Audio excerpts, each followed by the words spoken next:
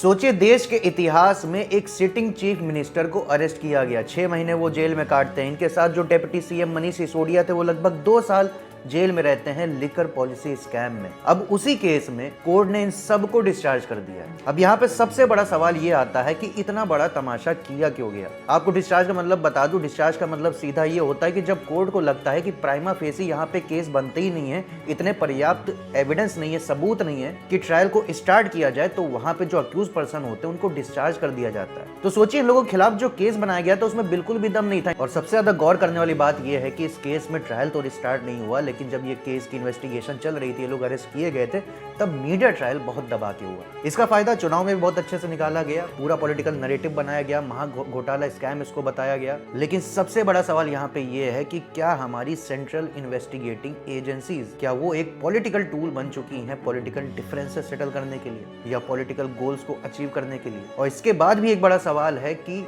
यहाँ पे जो अक्यूज पर्सन अरेस्ट हुए, उनकी इमेज को क्षति पहुंची, उनका टाइम वेस्ट हुआ, उनकी मेंटल हेल्थ पे भी इफेक्ट पड़ा होगा, तो उसका कॉम्पनसेशन कौन देगा। सोचिए, जब केस ट्रायल तक भी नहीं पहुंच पाया, तब भी इन लोगों को इतने महीने, इतने साल तक जेल में रहना पड़ा, तो ये जो लॉस हुआ है उसकी भरपाई कौन करेगा।